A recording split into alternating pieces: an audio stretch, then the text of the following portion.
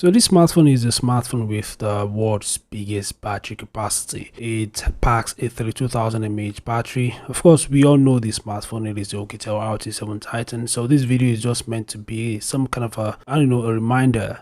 I just want to remind you guys that the Oukitel RT7 Titan is out there, a smartphone with a 32,000 mAh battery. It's just insane. I wasn't expecting to see any smartphone, including rugged phone, to have such an insane battery life. But yeah, we all saw the Oukitel RT7 Titan released, and of course this device is a 5G phone. Its specs are very good, not the best but very impressive. But its most outstanding feature is its battery. It has the world's biggest battery, the world's biggest battery capacity on any smartphone, guys. So the RT7 Titan is insane. I don't know if we're going to be seeing another smartphone next year with a bigger battery. I don't think so, but anything is possible. Feel free to share your thoughts in the comment section below. Thanks for watching and subscribe to the channel, and I'll see you guys in the next update. Peace out.